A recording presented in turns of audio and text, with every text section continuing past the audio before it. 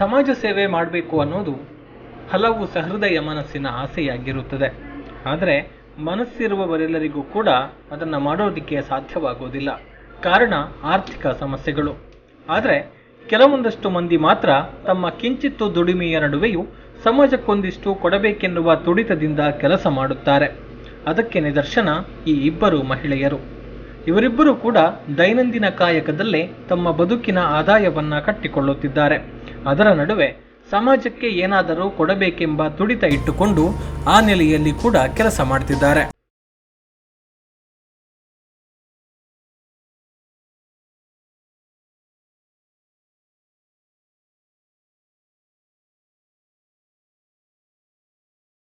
ಹೀಗೆ ಸ್ಕೂಟರ್ನಲ್ಲಿ ಚಹಾ ಕಾಫಿಯ ಕೆಟಲನ್ನು ಇಟ್ಕೊಂಡು ಅಂಗಡಿಗಳು ಕಚೇರಿಗಳಿಗೆ ನೀಡ್ತಾ ಇರುವವರ ಹೆಸರು ಸುಮಿತ್ರಾ. ಮೂಲತಃ ಹಾಸನ ಸಮೀಪದ ಬೆಳ್ಳೂರು ಕ್ರಾಸ್ ಸಮೀಪದ ಗುಂಡೇನಹಳ್ಳಿಯವರು. 7 ವರ್ಷಗಳ ಹಿಂದೆ ಪುತ್ತೂರಿಗೆ ಬಂದು ಆಶ್ರಮವೊಂದರಲ್ಲಿ ಅಡುಗೆ ಕೆಲಸಕ್ಕೆ ಸೇರಿಕೊಂಡಿದ್ರು. ಅಲ್ಲಿ ಅನಾಥ ಮಕ್ಕಳು, ಕಷ್ಟದಲ್ಲಿ ಇರುವವರ ಸಂಕಷ್ಟವನ್ನು ಕಂಡಿದ್ರು. ಕೋವಿಡ್ನ ಸಮಯದಲ್ಲಿ ಕೆಲಸವೂ ಇರಲಿಲ್ಲ.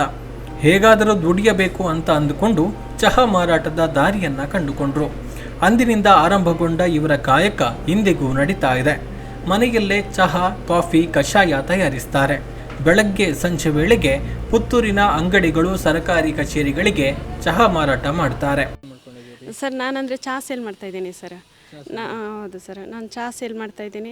ಬೆಳಗ್ಗೆ ನಾನು 10 ಗಂಟೆಯಿಂದ ಶುರು ಮಾಡ್ತೇನೆ. ಚಹಾ ಮನೆಯಲ್ಲೇ ರೆಡಿ ಮಾಡ್ತೇನೆ. ರೆಡಿ ಮಾಡಿ ಮತ್ತು ಪೊಲೀಸ್ ಸ್ಟೇಷನು, ಕೋರ್ಟು ಮತ್ತು ಮಿನಿ ವಿಧಾನಸೌಧ ಅಲ್ಲೆಲ್ಲ ಕೊಂಡೋಗಿ ಕೊಡ್ತೇನೆ. ಮತ್ತು ಬೇರೆ ಬೇರೆ ಅಂಗಡಿಗಳಿಗೆ ಕೊಡ್ತೇನೆ. ಅದು ಸುಮಾರು ಒಂದು 11:30 ಅಷ್ಟೊತ್ತಿಗೆ ನನ್ನ ಕೆಲಸ ಮುಗಿಯುತ್ತೆ ಸರ್. ಓಕೆ, ನೀವು ಮೂಲತಃ ಎಲ್ಲಿನವರು? ಸರ್, ನಾನು ಮೂಲತಃ ಹಾಸನದಿಂದ ಸ್ವಲ್ಪ ಮುಂದೆ ಬೆಳ್ಳೂರು ಕ್ರಾಸು, ಅಲ್ಲಿಂದ ನಮ್ಮದು ಸಣ್ಣ ಹಳ್ಳಿ ಸರ್. ಅದು ಗೊಂಡೇನಹಳ್ಳಿ ಅಂತೇಳಿ ಒಂದು ಹಳ್ಳಿ, ಬೆಳ್ಳೂರು ಕ್ರಾಸ್ ಹತ್ರ. ಓಕೆ, ಪುತ್ತೂರಿಗೆ ಬಂದು 7 ಇಯರ್ಸ್ ಆಯಿತು. ಓಕೆ, ಹಾಗೆ. ಓಕೆ. ಸೊ ಈಗ ನಿಮಗೆ ಚಹಾ ಮಾರಬಹುದು ಅಂತ, ಈ ಥರ ಕೂಡ ಒಂದು ದುಡಿಬಹುದು ಅಂತ ಹೇಗೆ ಅನಿಸಿದ್ದು? ಕಾರಣ ಏನು ಅಂತ ಹೇಳಿದರೆ, ನಾನು ರಾಮಕೃಷ್ಣ ಆಶ್ರಮದಲ್ಲಿ ಅಡುಗೆ ಕೆಲಸಕ್ಕೆ ಅಂತೇಳಿ ಸೇರಿಕೊಂಡಿದ್ದು ಸರ್. ಆವತ್ತಿನ ದಿನ ನಾನು ಈ ಪುತ್ತೂರಿಗೆ ಬಂದ ಹೊತ್ತಲ್ಲಿ ಆ ಮಹಾಲಿಂಗೇಶ್ವರ ಪಾಪ ನಮಗೆ ಕೈ ಬಿಡಲಿಲ್ಲ, ದೇವರು ನಮಗೆ ಕೈ ಬಿಡಲಿಲ್ಲ. ಏಕೆಂದರೆ ಇದು ನಮ್ಮ ರಾಮಕೃಷ್ಣ ಆಶ್ರಮದಲ್ಲಿ ಗುಣಪಾಲ್ ಜೈನ್ ಅಂತ ಸರ್ ಇದ್ದಾರೆ ಒಬ್ಬರು. ಅವರು ನನ್ನನ್ನು ಅಲ್ಲಿಗೆ ನಾನು ಮತ್ತು ನನ್ನ ಮಗಳು ಮಾತ್ರ ಇದ್ದದ್ದು ಅವತ್ತಿಗೆ. ನಾನು ಪುತ್ತೂರಿಗೆ ಬಂದ ಹೊತ್ತಿಗೆ ಅಲ್ಲಿ ನಾನು ಅಡುಗೆ ಕೆಲಸಕ್ಕೆ ಅಂತೇಳಿ ಸೇರಿಕೊಂಡಿದ್ದು. ಅಡುಗೆ ಕೆಲಸಕ್ಕೆ ಅಂತ ಸೇರಿಕೊಂಡಾಗ ನಾನು ಅಲ್ಲಿ 3 ವರ್ಷ ಕೆಲಸ ಮಾಡಿದ್ದೀನಿ ಸರ್. ನಾನು 3 ವರ್ಷದಲ್ಲಿ ಅಲ್ಲಿ ಅನಾಥ ಮಕ್ಕಳಾಗಿರ್ಬೋದು, ಮತ್ತು ಹೀಗೆ ಸಿಂಗಲ್ ಪೇರೆಂಟ್ಸ್ ಬಂದಂಥವರಾಗಿರ್ಬೋದು, ಅವರನ್ನೆಲ್ಲ ನೋಡಿ ನಂಗೆ ಒಂದೊಂದು ಇನ್ಸ್ಪಿರೇಷನ್ ಆದದ್ದು ಸರ್. ಮಾಡಬೇಕು ಅಂತೇಳಿ ಬಂದದ್ದು ತಲೆಗೆ. ಮತ್ತು ಅದಾದಮೇಲೆ ಈ ಕೊರೋನಾ ಟೈಮಲ್ಲೆಲ್ಲ ನಮಗೊಂದು ಕೆಲಸ ಇರಲಿಲ್ಲ, ತಿನ್ನೋಕ್ಕೂ ಸಹ ಇರಲಿಲ್ಲ. ಒಂದು ಟೈಮಲ್ಲಿ ಆ ಪರಿಸ್ಥಿತಿ ಹಾಗಾಗಿತ್ತು ನಮಗೆ. ಮತ್ತು ಅದಾದಮೇಲೆ ಇಲ್ಲ, ನಾವು ಏನಾದರೂ ಒಂದು ದುಡಿಲೇಬೇಕು, ಅದು ಪರ್ಮನೆಂಟ್ ಏನಾದರೂ ಒಂದು ನಮಗೆ ಬೇಕೇ ಬೇಕಲ್ಲ ದುಡಿಲಿಕ್ಕೆ ಅಂತೇಳಿ ನಾವೊಂದು ನಿರ್ಣಯ ಮಾಡಿ ಚಹಾ ಸೇಲಿಗೆ ಇಳ್ದದೆ ಸರ್. ಓಕೆ, ಈಗ ಎಷ್ಟೊತ್ತಿಂದ ಎಷ್ಟೊತ್ತು ತನಕ ಮಾಡ್ತೀರಿ ನೀವು ಟೀ ಸೇಲೆಲ್ಲ? ಒಂದು 10ರಿಂದ ನಾನು 11:30 ತನಕ ಸರ್ ಮಾಡ್ತೇನೆ. ಓಕೆ. ಸೊ ಈಗ ಟ್ರಸ್ಟ್ ಹೇಗೆ ಆರಂಭ ಆಯಿತು ನಿಮಗೆ? ಈಗ ಟ್ರಸ್ಟ್ ಆರಂಭಿಸಬೇಕು ಅಂತ ಮನಸ್ಸಾಯಿತು ಹೇಗೆ? ಯಾರನ್ನು ಮೊದಲೇ ಅಪ್ರೋಚ್ ಆದ್ರಿ? ಹೇಗೆ ಶುರುವಾಯಿತು? ಅದೇ ಸರ್, ನನಗೆ ರಾಮಕೃಷ್ಣ ಆಶ್ರಮವೇ ನನಗೆ ಮೇಯ್ನ್ ಇದಾದ್ದು. ಹೌದು ಸರ್. ಯಾಕೆಂದರೆ ಅದೇ ನಾವು ಅಲ್ಲಿ ಹೇಳಿದ್ನಲ್ಲ, ನಾನು ಸಿಂಗಲ್ ಪೇರೆಂಟ್ಸ್ ಇದ್ದರು, ಮತ್ತು ಅಲ್ಲಿಂದ ಎಷ್ಟೋ ಜನ ಬಂದು ಅಲ್ಲಿಂದ ಉದ್ಧಾರ ಆಗಿ ಹೋದವರು ಇದ್ದಾರೆ ಅಲ್ಲಿಂದ. ಹಾಗೆ ಮತ್ತು ಅಲ್ಲಿ ಸಣ್ಣ ಮಕ್ಕಳನ್ನು, ಅನಾಥ ಮಕ್ಕಳನ್ನು ಸಹ ಅಲ್ಲಿ ಬಿಟ್ಟು ಹೋದಂಥವರು ಇದ್ದಾರೆ.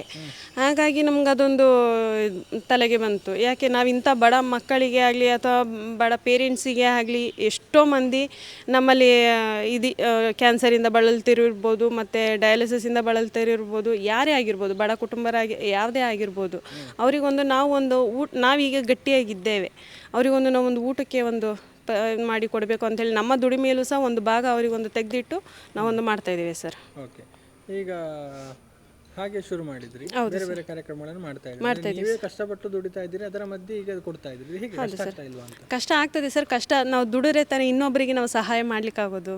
ಹಾಗಾಗಿ ನಾವೊಂದು ಇದು ನಡ್ಸ್ಕೊಂಡು ಹೋಗ್ತಾ ಇದ್ದೀವಿ. ಮುಂದೆ ಏನಾಗುತ್ತೆ ಅಂತ ಗೊತ್ತಿಲ್ಲ ಸರ್ ನಮಗೆ. ಅದು ಕೂಡ ಹೆಣ್ಮಕ್ಳು ಸೇರಿಕೊಂಡು ಮಾಡೋದು ಅಂತ ಹೇಳಿದ್ರೆ ತುಂಬಾ ಸವಾಲುಗಳಿರುತ್ತೆ. ಹೌದು ಸರ್, ತುಂಬಾ ಸವಾಲುಗಳು ನಾವು ಎದುರಿಸಿದ್ದೇವೆ ಇಲ್ಲಿವರೆಗೂ. ಯಾವ ಥರ ಎಲ್ಲ ಬಂದಿದೆ? ಎಲ್ಲ ಥರ. ನಿಮ್ಗೆ ಯಾಕೆ ಬೇಕು ಇದು ಚಹಾ ಸೇಲ್ ಮಾಡ್ಕೊಂಡು ಮಾಡ್ತಾ ಇದ್ದೀರಾ, ನಿಮ್ಗೆ ಯಾಕೆ ಬೇಕು ಇದೆಲ್ಲ, ಸುಮ್ಮನೆ ನೀವು ಅದೆಲ್ಲ ಡೋಂಗಿ ಮಾಡ್ತೀರಿ, ಹಾಗೆ ಹೀಗೆ ಅಂತೆಲ್ಲ ತುಂಬ ಜನ ಮಾತಾಡಿದ್ದಾರೆ ಸರ್.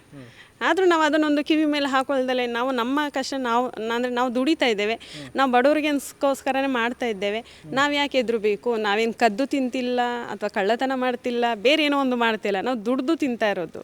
ಹಾಗಾಗಿ ನಾವು ಅದನ್ನೆಲ್ಲ ಫೇಸ್ ಮಾಡ್ಕೊಂಡು ಬಂದಿದ್ದೀವಿ ಇಲ್ಲಿ ತನಕ. ಓಕೆ. ಸೊ ಈಗ ಇಷ್ಟು ಕಲೆಕ್ಷನ್ ಒಂದು 45,000 ಬೇಕಾಗುತ್ತೆ ಮಿನಿಮಮ್ ಬೇಕಾಗ್ತದೆ ಸರ್. ಆಗ್ತದೆ ಸರ್, ಆಗ್ತದೆ ಎವ್ರಿ ಮಂತ್ ಅದನ್ನೇ ಮಾಡ್ತಾ ಇದ್ದೇವೆ. ಓಕೆ.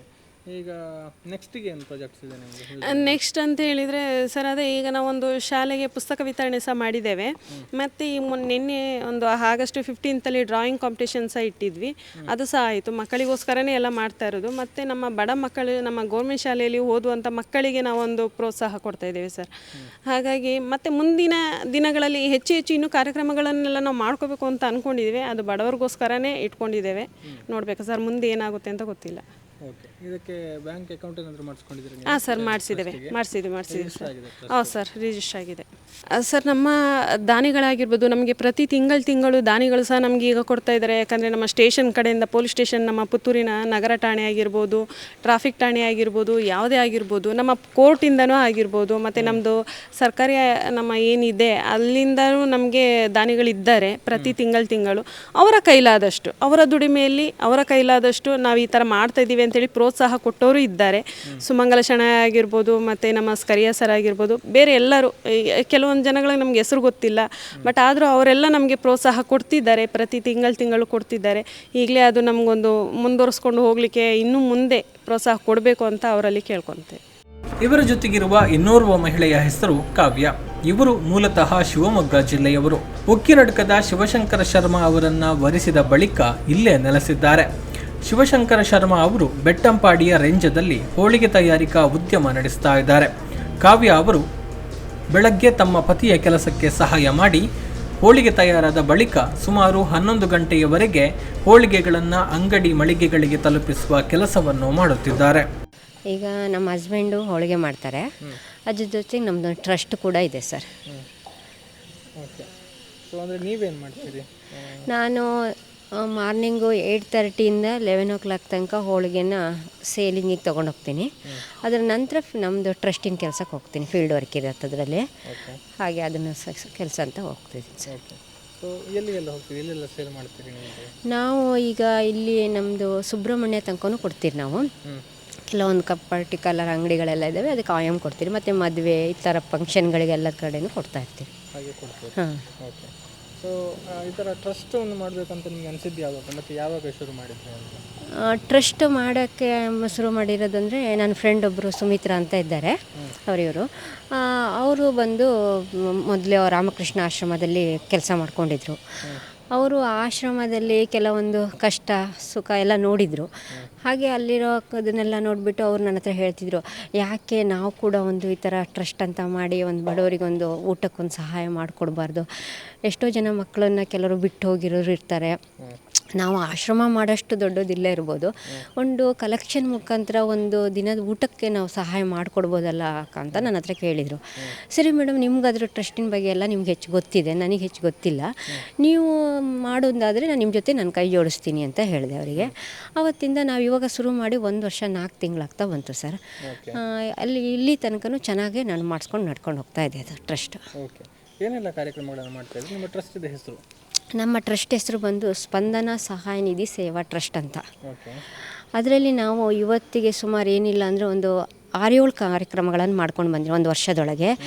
ಈ ಅಲ್ಲಿಯೊಳಗೆ ಕಾನೂನು ಮಾಹಿತಿ ಶಿಬಿರ ಆಗಿರ್ಬೋದು, ಆಮೇಲೆ ಡ್ರಾಯಿಂಗ್ ಕ್ಲಾಸ್ ಆಗಿರ್ಬೋದು, ಚಿಕ್ಕ ಪುಟ್ಟ ಸನ್ಮಾನಗಳಾಗಿರ್ಬೋದು, ಪ್ರತಿಯೊಂದು ಕಾರ್ಯಕ್ರಮಗಳನ್ನು ನಾವು 1 ತಿಂಗಳ ಕಾರ್ಯಕ್ರಮ ನಂತರ ಮತ್ತೊಂದು ತಿಂಗಳಲ್ಲಿ ಒಂದು ಚೇಂಜಸ್ ಆಗಿ ಇಟ್ಕೊಂಡು ಕಾರ್ಯಕ್ರಮ ನಡೆಸ್ಕೊಂಡು ಹೋಗ್ತಾ ಇದ್ದೀರಿ ಸರ್.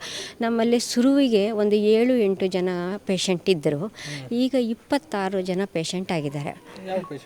ಪೇಷಂಟು ಬಂದು ಕ್ಯಾನ್ಸರ್ ಇದ್ದಾರೆ, ನಮ್ಮಲ್ಲಿ ಕಿಡ್ನಿ ಪೇಷಂಟ್ ಇದ್ದಾರೆ, ಆಮೇಲೆ ಹಾರ್ಟಿಗೆ ಸಂಬಂಧಪಟ್ಟ ಪೇಷಂಟ್ ಇದ್ದಾರೆ, ಬುದ್ಧಿಮಾಂದ್ಯ ಮಕ್ಕಳು ಕೂಡ ನಮ್ಮಲ್ಲಿದ್ದಾರೆ. ಅವರೇನಪ್ಪ ಅಂದರೆ ಈಗ ಪುತ್ತೂರು ಗೌರ್ಮೆಂಟ್ ಹಾಸ್ಪಿಟ್ಲಲ್ಲಿ ಅವರಿಗೆ ಟ್ರೀಟ್ಮೆಂಟ್ ಆಗಲ್ಲ ಅಂತ ಹೇಳಿ ಡಿಸ್ಚಾರ್ಜ್ ಆಗಿರ್ತಾರಲ್ಲ, ಅಂಥ ಮನೆ ಪರಿಸ್ಥಿತಿ ಏನೂ ನೋಡಲಿಕ್ಕೆ ಇರೋದೇ ಇಲ್ಲ. ಒಂದು ಹಸ್ಬೆಂಡ್ ಕೂಡ ಹಾಸ್ಟೆಲ್ ಮಲಗಿರ್ತಾರೆ, ಅವರ ವೈಫು ಅವ್ರನ್ನೇ ನೋಡ್ಕೋಬೇಕು ಹೊರತು ಹೊರಗಡೆ ಹೋಗಿ ಅವ್ರು ದುಡಿಯೋಕ್ಕೆ ಆಗ್ತಾ ಇರೋದಿಲ್ಲ. ಆ ಥರ ಬೆಡ್ಡಲ್ಲಿರುವಂಥವ್ರಿಗೆ ಏನು ಮಾಡ್ತೀರಿ, ನಮ್ಮ ಟ್ರಸ್ಟ್ ಕಡೆಯಿಂದ 1 ತಿಂಗಳಿಗೆ ಊಟಕ್ಕಾಗುವಂಥ ಸಹಾಯನ ನಾವು ಮಾಡ್ತಾಯಿದ್ದೀರಿ. ಒಂದು ತಿಂಗಳಿಗೆ ನಾವು ಒಂದು 10 kg ಅಕ್ಕಿ, ಕಜ್ಜಾಯ ಅಕ್ಕಿ ಮತ್ತು ಅದರೊಳಗೆ ಒಂದು 13 ವೆರೈಟಿ ಮನೆಗೆ ಬೇಕಾದಂಥ ಫುಡ್ ಇಟ್ಟು ಕೊಡ್ತಾಯಿದ್ದೀರಿ ಸರ್. ಸೊ ಅದು ಎವ್ರಿ ಮಂತ್ ಮಾಡ್ತಾಯಿದ್ದೀರಿ. ಅಂದಾಜು ಬಜೆಟ್ ಎಷ್ಟಾಗುತ್ತೆ ಎವ್ರಿ ಮಂತ್ ನಮಗೇನಿಲ್ಲ ಅಂದರೆ 45,000 ರೂಪಾಯಿ ಹತ್ರ ಬರುತ್ತೆ ಸರ್. ಪ್ರತಿಯೊಂದು ಹಾಲಿನ ಚಾರ್ಜ್ ಇಟ್ಟು, ಹಾಲು ಕೂಡ ನಾವು ಅದಕ್ಕೆ ಬಾಡಿಗೆ ಕಟ್ಟಬೇಕು. ಎಲ್ಲಿ ಹಾಲು ತೊಗೊಂಡ್ರು 1,000, 1,500, 2,000 ಹೀಗೆ ಹೇಳ್ತಾರೆ. ಆ ಹಾಲಿನ ಚಾರ್ಜ್ ತನಕ ನಾವು ಇವತ್ತಿನವರೆಗೆ ಅಲ್ಲಿ ಬಾಡಿಗೆ ಕೊಟ್ಟು ಇಲ್ಲಿಂದ ಅಪ್ ಆ್ಯಂಡ್ ಡೌನ್ ಮಾಡೋ, ನಾವು ನಮ್ಮ ಹತ್ರ ಓನ್ ಗಾಡಿ ಅಂತ ಏನಿಲ್ಲ, 2 ವೀಲರಲ್ಲೇ ನಾವು ಕಿಟ್ಟನ್ನು ಸಾಗಿಸ್ಬೇಕು. ಆಗ ಕೆಲವೊಂದು ಸಲ ಆಟೋದಲ್ಲೂ ತೊಗೊಂಡು ಹೋಗಿದ್ದಿದೆ. ಈಗ ನಮ್ಮ ಮನೆಯವ್ರ ಗಾಡಿ ಇದೆ, ನಮ್ಮ ಮನೆಯವ್ರು ನಮಗೊಂದು ಸ್ವಲ್ಪ ಹೆಲ್ಪ್ ಮಾಡ್ತಾರೆ ಇದ್ರ ಜೊತೆ, ಟ್ರಸ್ಟಿನ ಜೊತೆಗೆ ಕೆಲಸಕ್ಕೆ. ಹಾಗೆ ನಾವು ಈಗ ಮಾಡ್ಕೊಂಡು ಹೋಗ್ತಾಯಿದ್ದೀರಿ. ಸೊ ಅಂದರೆ ಹೋಳಿಗೆ ಲೈನ್ ಸೇಲ್ ಮಾಡಿಕೊಂಡು ಟ್ರಸ್ಟ್ನಾಗ ಹೋಳಿಗೆ ಲೈನ್ ಸೇಲು ಈಗ 45,000 ಅಂದಾಜು ಬೇಕು ಅಂತ ಹೇಳ್ತೀರಿ. ಹೌದು, ನಾವೇನು ಮಾಡ್ತೀರಿ ಡೈಲಿ ಅದೇ ನಾನು ಒಂದು 11:30 ಮೇಲೆ ಕೆಲಸಕ್ಕೆ ಬರ್ತೀನಲ್ಲ ಸರ್, ಟ್ರಸ್ಟಿನ ಕೆಲಸದಲ್ಲಿ ನಾವೇನಂದರೆ ಹಳ್ಳಿ ಮತ್ತು ಪೇಟೆ, ಅಂಗಡಿ, ಬೇರೆ ಊರುಗಳು ಆ ಎಲ್ಲ ಕಡೆ ಹೋಗಿ ನಾವು ಮನೆ ಕಲೆಕ್ಷನಿಗೆ ಹೋಗ್ತೀರಿ. ಅವರಿಗೆ ರಶೀದಿ, ಪಾಂಪ್ಲೆಟ್ಸು ಪ್ರತಿಯೊಂದೂ ದಾಖಲೆ ತೊಗೊಂಡು ಅವರಲ್ಲಿ ಹೋಗಿ ನಾವು ಕೇಳ್ತೀರಿ, ನಮ್ಮಲ್ಲಿ ಇಷ್ಟು ಪೇಷಂಟ್ ಇದ್ದಾರೆ, ನಮಗೆ ಇಷ್ಟು ಒಂದು ಕಿಟ್ಟಿಗೆ ಇಷ್ಟು ಖರ್ಚಾಗತ್ತೆ, ನಿಮ್ಮ ಕಡೆಯಿಂದ ಅವರಿಗೊಂದು ಸಹಾಯ ಮಾಡಿ ಅಂತ ನಾವು ಕೇಳ್ತೀರಿ. ಅದನ್ನಲ್ಲಿ ಬಲವಂತ ಏನಿಲ್ಲ, ಅವ್ರು ಖುಷಿ ಇದ್ದರೆ ಕೊಡ್ಬೋದು, ಇಲ್ಲಾದ್ರೆ ಇಲ್ಲ. ಅದು ಮಾಹಿತಿ ತಿಳ್ಕೊಂಡು ಕೊಡ್ತೀನಿ ಅನ್ನೋರು ಇದ್ದಾರೆ, ಎಲ್ಲಿದೆ ಟ್ರಸ್ಟು ಏನು ಅಂತ ತಿಳ್ಕೊಂಡು ಕೊಡ್ತೀನಿ ಅಂತ ಹೇಳೋರು ಇದ್ದಾರೆ. ಇನ್ನು ಅವರು ಕೆಲವರು ಆಯಿತು ಇವರೇನೋ ಒಂದು ಕಾರ್ಯ ಮಾಡ್ತಾ ಇದ್ದಾರೆ ಅಂತ ಒಪ್ಪಿ ಪ್ರತಿದಿನವೂ ನಾವು ಕಲೆಕ್ಷನಿಗೆ ಹೋದಾಗ ನಮ್ಮನ್ನು ಸ್ಪಂದಿಸುವವರು ಕೂಡ ಇದ್ದಾರೆ, ಕೊಡ್ತಾ ಇದ್ದಾರೆ. ನಮ್ಮ ಆಫೀಸ್ ಬಂದು ಅರುಣಾ ಥಿಯೇಟ್ರಿಂದ ಮುಂದೆ ಬಂದಾಗ ಸಂಗೀತ ಮೊಬೈಲ್ ಶಾಪ್ ಸಿಗುತ್ತೆ ಸರ್. ಆ ಸಂಗೀತ ಮೊಬೈಲ್ ಶಾಪಲ್ಲಿ 1st ಫ್ಲೋರಲ್ಲಿ ನಮ್ಮ ಆಫೀಸ್ ಇರೋದು. ನಮ್ಮ ಆಫೀಸಲ್ಲಿ ಈಗ ಆಲ್ರೆಡಿ ನಾವೊಂದು 4 ಜನ ಹುಡುಗಿಯರು ವರ್ಕ್ ಮಾಡ್ತಾರೆ. ನಾವಿಬ್ಬರು ಬಿಟ್ಟು ನಮ್ಮ ಜೊತೆಗೆ ಇನ್ನೂ 4 ಜನ ಹುಡುಗಿಯರಿದ್ದಾರೆ. ಅವರು ಬೇರೆ ಕಡೆಯಿಂದ ಬರ್ತಾರೆ. ಅವರು ಸಹ ಬೆಳಗ್ಗೆ ಬಂದು ಮಧ್ಯಾಹ್ನ ತನಕ ನಾವು ಒಂದು ಕಲೆಕ್ಷನ್ ಮಾಡಿಬಿಟ್ಟು ಹೋಗ್ತೀರಿ. ಸಂಬಳಕ್ಕೆ ಬರೋದು. ನಮ್ಮ ಟ್ರಸ್ಟಲ್ಲಿ ಯಾರೇ ಕೆಲಸಕ್ಕೆ ಬಂದ್ರು ಅವರಿಗೊಂದು ಊಟ ಕೊಟ್ಟು ಅವರಿಗೊಂದು ಸಂಬಳ ಕೊಡ್ತೀವಿ. ಯಾಕಂದರೆ ಅವ್ರದ್ದು ಒಂದು ಫ್ಯಾಮಿಲಿ ಅಂತ ಇರುತ್ತಲ್ಲ ಸರ್. ಹಾಗೆ ಅವರು ಯಾರ ಮನೆಯಿಂದನೂ ಹಾಗೆ ಕಳ್ಸೋಕ್ಕೆ ಕಷ್ಟ ಆಗುತ್ತೆ. ಹಾಗೆ ನಾವು ಅವರಿಗೊಂದು ಸಂಬಳನೂ ಕೊಡ್ತೀವಿ, ಅವ್ರು ಬಂದದಕ್ಕೊಂದು ಊಟನೂ ಕೊಟ್ಟು ಕಳಿಸ್ತೀರಿ ಸರ್. ಸೊ ಇದು ಒಂದು ಸಮಾಜ ಸೇವೆ ಅಂತಲೇ ಮಾಡ್ತಾ ಇದ್ದೀವಿ. ಹೌದು sir. Thank you madam. Okay, thank you. ಹೀಗೆ ಇಬ್ಬರು ಕೂಡ ದೈನಂದಿನ ದುಡಿಮೆಯಲ್ಲೇ ತಮ್ಮ ಬದುಕಿನ ಬಂಡಿಯನ್ನು ಸಾಗಿಸುತ್ತಿರುವವರು.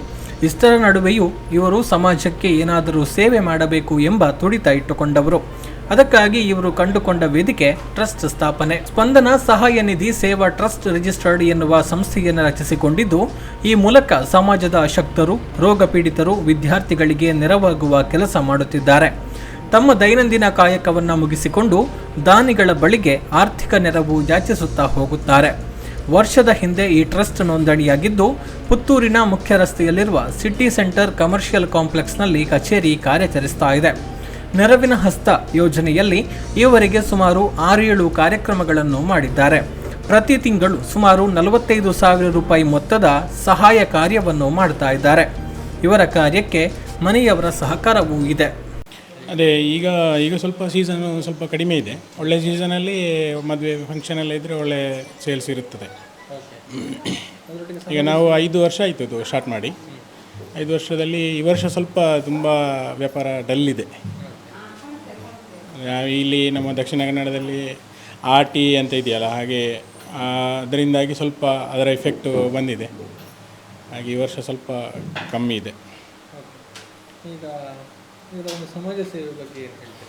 ಅದೇ ಇವರು ಇದರ ಜೊತೆಗೆ ಸಮಾಜ ಸೇವೆ ಮಾಡ್ತೇನೆ ಅಂತಂದರು. ಹಾಗೆ ನನಗೂ ಕೂಡ ಆಗ್ಬೋದು ಅಂತ ಅನಿಸಿತು. ಹಾಗೆ ಅದಕ್ಕೆ ನನ್ನದು ಕೂಡ ಸಪೋರ್ಟ್ ಮಾಡ್ತಾ ಇದ್ದೇನೆ. ನಾನು ಕೂಡ ಖುಷಿ ಇದೆ ನನಗೆ.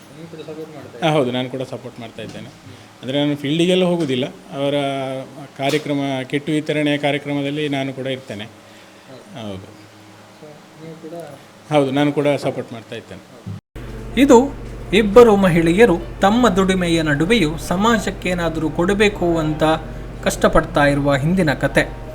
ನಾವು ನಮ್ಮದು ಎಂದು ಬದುಕ್ತಾ ಇರುವ ಇಂತಹ ಸಂದರ್ಭದಲ್ಲಿ ತಮ್ಮ ಸಂಕಷ್ಟದ ನಡುವೆಯೂ ಇನ್ನೊಬ್ಬರ ಸಂಕಷ್ಟಕ್ಕೆ ಮಿಡಿಯುವ ಕಾರ್ಯ ಇವರ ಮೂಲಕ ನಡೀತಾ ಇದೆ. ಇವರ ಸೇವೆಗೆ ನಾವು ಕೂಡ ಒಂದು ಸಲಾಂ ಹೇಳಬೇಕು ಅಲ್ವೇ?